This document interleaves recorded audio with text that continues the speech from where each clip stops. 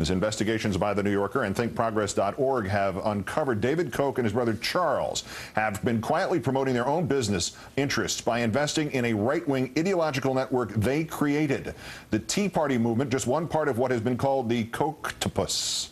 Its reach is designed to better serve the family business, which happens to be the second largest privately owned company in America, the oil and chemical conglomerate Koch Industries, owner of Brawny Paper Towels, Dixie Cups, Georgia Pacific Lumber, Stainmaster Carpet, and Lycra, just to name a few. The New Yorker's Jane Mayer reporting that after David's failed bid on the bottom half of a Libertarian ticket in the 1980 presidential election, the Koch brothers turned their attentions and pocketbooks to developing right-wing causes that got traction, creating conservative think tanks, the Cato Institute and the Mercatus Center. Later came the AstroTurf group Americans for Prosperity.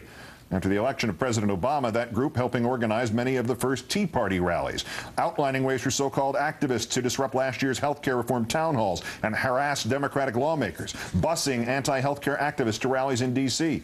One Democratic strategist telling The New Yorker the Kochs are the epicenter of the anti-Obama movement, but it's not just about Obama. They would have done the same to Hillary Clinton. They did the same with Bill Clinton. They are out to destroy progressivism and also to champion their own pet causes like climate change and climate science denial.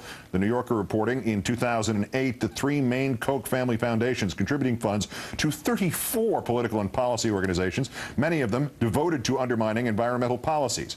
Odd, considering that Koch Industries happens to be one of the top 10 air polluters in the U.S. As the New Yorker piece points out, both David and Charles got their political education from their father, the creator of the family business, Fred Koch, a founding member of the John Birch Society. Fred Koch found his early success also in the oil industry, helping set up 15 refineries for Joseph Stalin.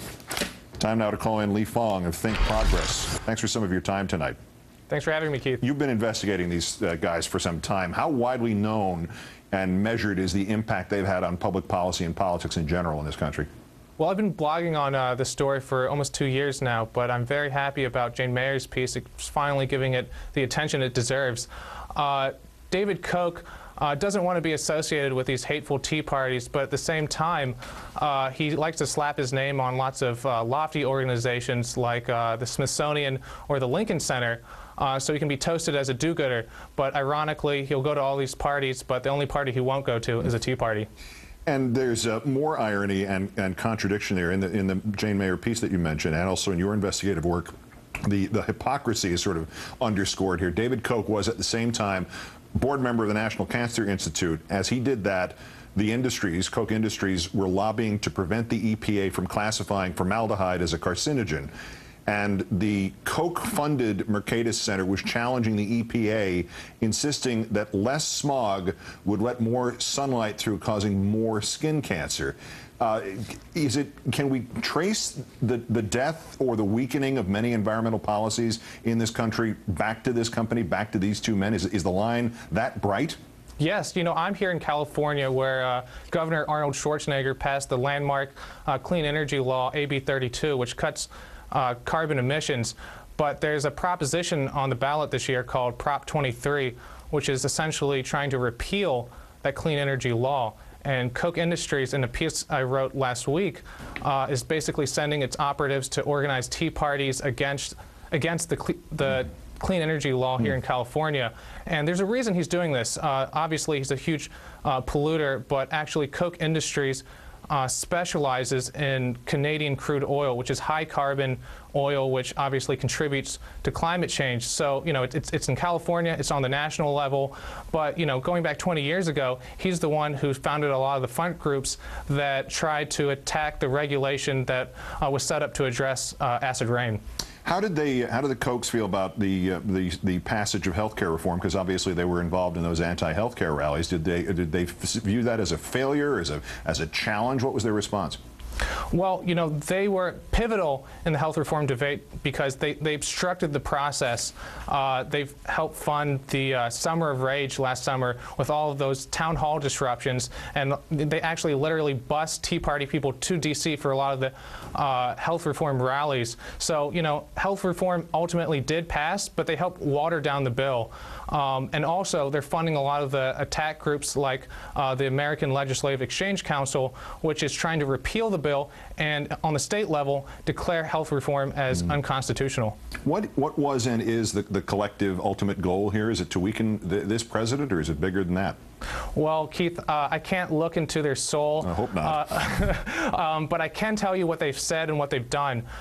You know, Glenn Beck compares himself to some kind of messiah that's bringing on this right-wing revolution.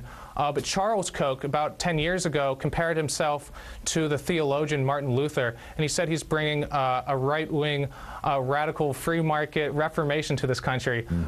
So, you know, like you said, Fred Koch, the father, did this to President Kennedy, founding the John Birch Society. They did it to Clinton, funding a lot of the attack groups and the rallies on Capitol Hill, smearing Hillary Clinton. They're doing it to Barack Obama, but they're going to keep doing it. And I'm actually writing a book on this topic that'll be out in stores next spring. We'll look forward to it. Lee Fong of Think Progress, thanks for your time. Thanks for having me. So this state committee woman in Iowa says the president admitted he was a Muslim, and we should stop calling her and asking her if she's hallucinating, and we should start calling him and asking him about his alleged Musliminess. So we will. Good job. Keep going.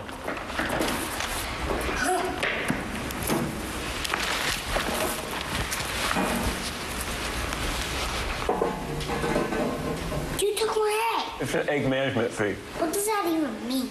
Egg management fee. Even kids know it's wrong to take other people's stuff. That's why at Ally Bank, we offer rates among the most competitive in the country that won't get eaten away by fees. It's just the right thing to do.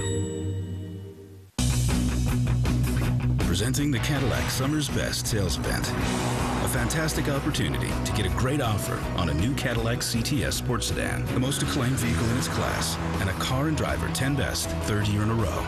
Summer brings out the best in all of us, so now's the perfect time to get behind the wheel of a brand new Cadillac.